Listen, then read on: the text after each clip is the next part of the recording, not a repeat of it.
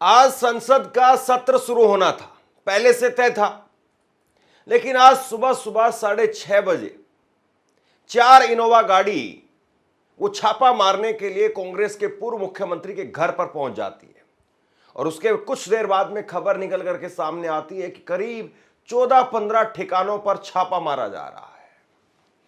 कांग्रेस के एक नेता ने यहां तक कह दिया कि ये मोदी शाह का पालतू कुत्ता है ईडी। जबरदस्त तरीके से कांग्रेस की तरफ से प्रतिक्रिया निकल करके सामने आई और संसद का जब सत्र की शुरुआत हुई तो उसके बाद में राहुल गांधी उठे और राहुल गांधी ने कहा कि पूरे देश में वोटर लिस्ट को लेकर के बहुत गंभीर सवाल है, सरकार इस पर चर्चा से भाग क्यों रही है। तो कुल मिलाकर के संसद के बाहर और संसद के अंदर दोनों जगह पर सरकार जबरदस्त पलटवार करने की कोशिश कर रही है, लेकिन सरकार इस वक्त में फंसी हुई नजर आ रही है। राहुल गांधी ने जो कुछ कहा और उस पर कैसे मोदी शाह फंसते हुए नजर आ रहे हैं, मैं कुछ देर बाद में आपको बताता हूं, लेकिन उससे पहले जरा ये तस्वीरें देखिए।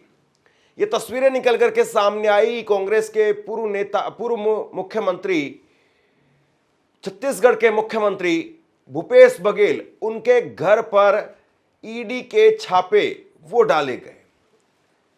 आप गाड़ियां देख रहे हैं, सुबह सुबह की तस्वीरें हैं ये, और बताया जा रहा है कि भूपेश बघेल को जैसे ही पंजाब का प्रभारी बनाया गया उसके बाद में सरकारी एजेंसियां एक्टिव हो गई।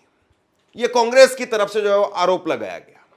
कांग्रेस ये भी कह रही है कि संसद में सत्र की शुरुआत होनी थी, हम कई सारे मुद्दों पर चर्चा चाहते हैं, हम सरकार से जवाब चाहते हैं, हम चाहते हैं कि ईडी, सीबीआई और उसके साथ साथ डोनाल्ड ट्रंप, शेयर बाजार, इन सब मुद्दों को लेकर के, टैरिफ को लेकर के सरकार जवाब दे। लेकिन सरकार ने हेडलाइन बदलने के लिए यह सारा खेल खेला है। कांग्रेस के नेता पवन खेड़ा वो सामने आए और कांग्रेस के नेता पवन खेड़ा उन्होंने ट्वीट करके कहा कि आज जब संसद का सत्र शुरू हो रहा है, चारों तरफ से घिरी हुई भाजपा ने हेडलाइन बदलने के लिए देश का ध्यान टैरिफ, गिरती हुई अर्थव्यवस्था, वोटर लिस्ट फ्रॉड आदि से भटकाने के लिए आज सुबह से ही कांग्रेस के वरिष्ठ नेता भूपेश बघेल जी के घर पर ईडी द्वारा रेड करवा दी।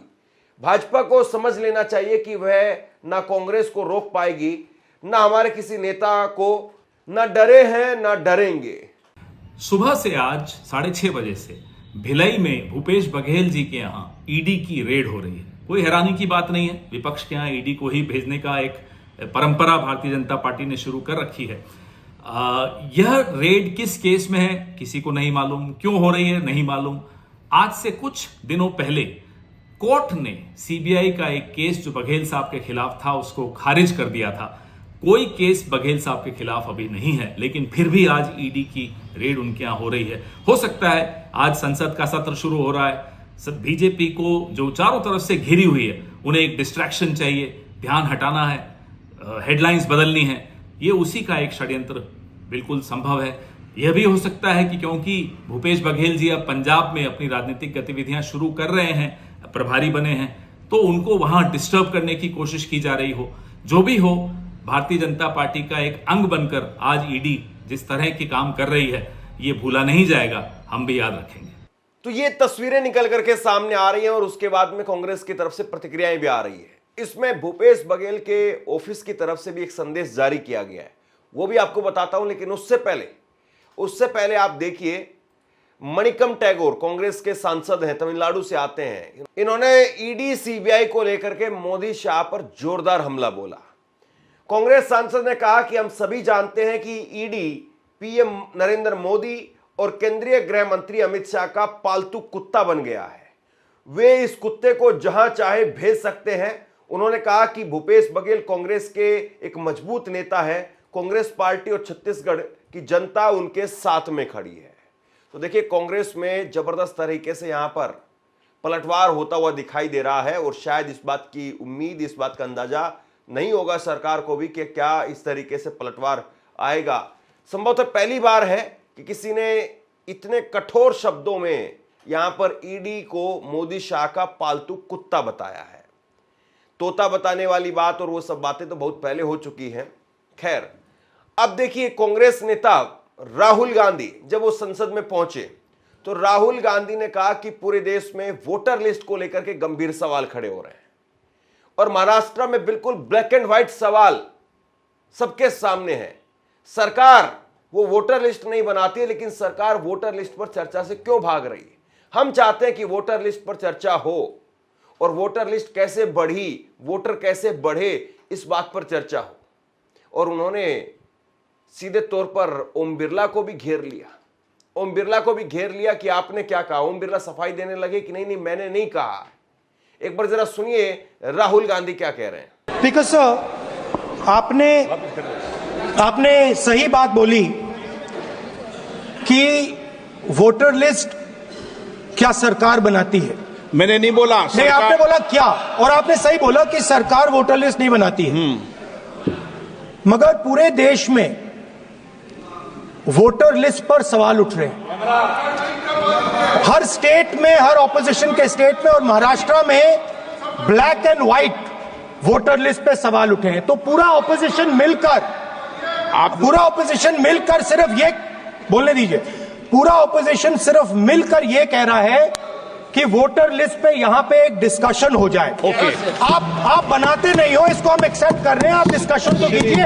आनंद भदौरिया जी। राहुल गांधी ने फिर बाकायदा एक ट्वीट किया। उन्होंने लिखा कि पूरा विपक्ष संसद में वोटर लिस्ट पर विस्तृत चर्चा की मांग कर रहा है।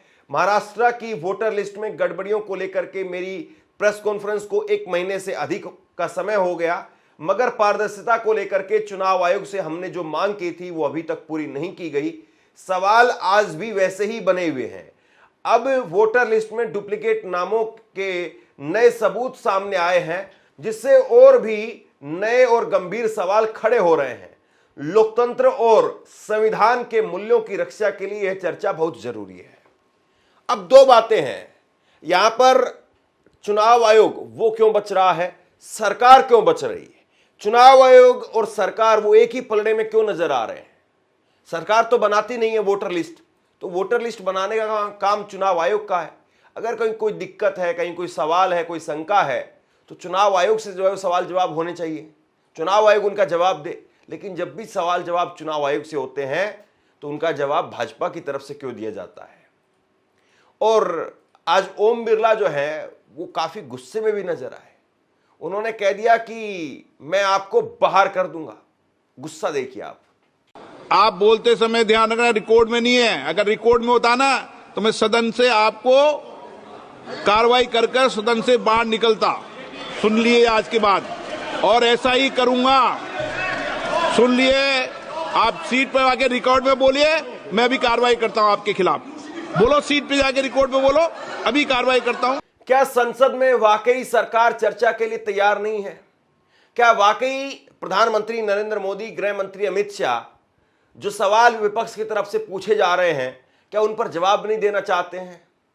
सवाल इस बात का है कि संसद को बार बार स्थगित करके आखिरकार सरकार क्या संदेश दे रही है, और क्या ईडी सीबीआई से वाकई हेडलाइन मैनेजमेंट की जा रही है? कांग्रेस के पूर्व मुख्यमंत्री भूपेश बघेल, उन्होंने अपना बयान उनके ऑफिस की तरफ से जारी हुआ है, वो देखिए।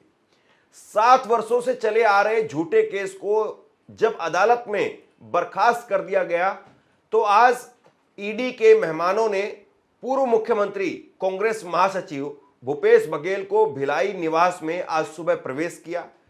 अगर इस षड्यंत्र से कोई पंजाब में कांग्रेस को रोकने का प्रयास कर रहा है तो वह गलतफहमी में है। देखिए, भूपेश बघेल भी तेज तर्रार जो कांग्रेस के नेता माने जाते हैं और पंजाब का प्रभारी उनको बनाया गया है। कांग्रेस पंजाब में वापसी के लिए जोरदार तरीके से प्रयास कर रही है, और दिल्ली में आम आदमी पार्टी की हार के बाद में वहां पर कांग्रेस को लगता है कि हम अपनी खोई हुई जमीन हासिल कर लेंगे, और बीजेपी का वहां पर कोई खेल है नहीं। सीधे तौर पर जो मामला है वो इस वक्त में पंजाब में जो है वो कांग्रेस वर्सेस आम आदमी पार्टी के बीच में है। बीजेपी वहां पर अकाली दल के साथ में मिलकर के जरूर सरकार बनाती रही है, लेकिन अकाली दल के साथ में उसका गठबंधन फिलहाल है नहीं। तो ऐसे में क्या पंजाब में वाकई जो है वो कांग्रेस को रोकने के लिए या भूपेश बघेल को वहां पर शांत करने के लिए सारा खेल किया जा रहा है?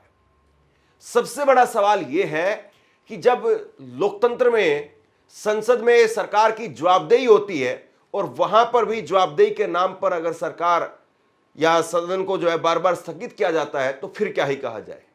माननीय सदस्यगण, मैं पुनः आपसे आग्रह करूंगा, प्रश्नकाल सदन का सबसे महत्वपूर्ण समय होता है। मैं माननीय सदस्यों को आग्रह करता हूं, अपनी सीट पर जाकर विराजे, सदन को चलने दें। सदन आपका है, अच्छे उत्साह और रंग में सदन शुरू हुआ है। जाइए, अपनी अपनी सीट पर जाइए। कोई बात है तो आप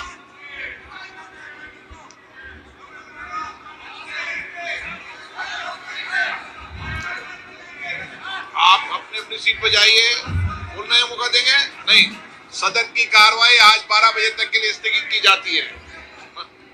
इसी तरह से संसद की कार्रवाई पहले 12 बजे तक, फिर उसके बाद 2 बजे तक स्थगित की गई और ये पहला दिन है जब भी जो है कार्रवाई यहां पर स्थगित होती हुई दिखाई दे रही है।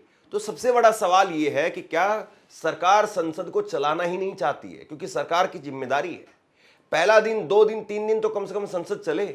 और दूसरी बड़ी बात यह है कि पहले ये होता था कि हंगामा होता था, बहुत जो है वो शोर शराबा होता था, तब उसके बाद में स्पीकर वो आखिरकार उनके पास में कोई चारा नहीं रहता था और वो संसद को स्थगित करने का काम करते थे।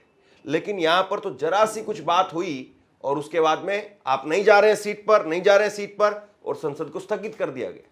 यही हो रहा है और पता नहीं पर्ची में कुछ आता है क्या, क्योंकि इस बार जब संसद को स्थगित किया गया 12 बजे के लिए, तो कुछ वो उनके पास में पर्ची आती है, वो पढ़ने की वो उसको कोशिश करते हैं और उसके बाद में बोलते हैं वो, ओम बिरला साहब क्या आप सीट पर नहीं जा रहे हैं, आपका नाम ले दूं क्या मैं, और उसके बाद में संसद को स्थगित कर दिया गया। माननीय सदस्यगण, मैं पुनः आपसे आग्रह करूंगा, प्रश्नकाल सदन का सबसे महत्वपूर्ण समय होता है। मैं माननीय सदस्यों को आग्रह करता हूं, अपनी सीट पर जाकर विराजे, सदन को चलने दें। सदन आपका है, अच्छे उत्साह और रंग में सदन शुरू हुआ है। जाइए, अपनी अपनी सीट पर जाइए। कोई बात है तो आप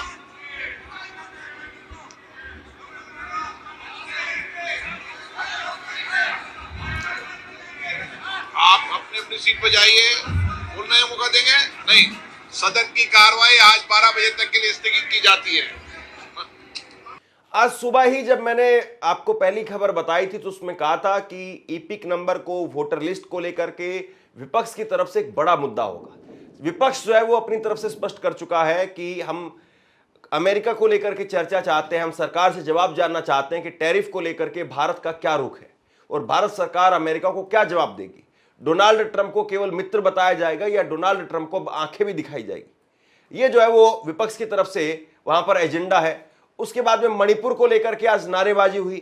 मणिपुर को लेकर के सवाल पूछे गए कि क्या मणिपुर को लेकर के सरकार अब भी संवेदनशील नहीं है, मणिपुर जल रहा है। ये एक बड़ा मुद्दा है। वोटर लिस्ट बड़ा मुद्दा है और उसके साथ में जिस तरीके से शेयर बाजार धड़ाम हो रहा है, लगातार लोगों का पैसा वो मारा जा रहा है, ये भी अपने आप में एक बहुत बड़ा मुद्दा है। तो बहरहाल अब देखने वाली बात यह है कि सरकार इस पर चर्चा चाहती भी है या नहीं, या विपक्ष को बार बार जो है दरकिनार किया जाता रहेगा। आप क्या सोचते हैं नीचे कमेंट बॉक्स में लिख करके जरूर बताइए। इस वीडियो को शेयर कीजिए और इसी तरह की तमाम खबरों के लिए ऑनलाइन न्यूज इंडिया को सब्सक्राइब कीजिए। आपका बहुत बहुत धन्यवाद।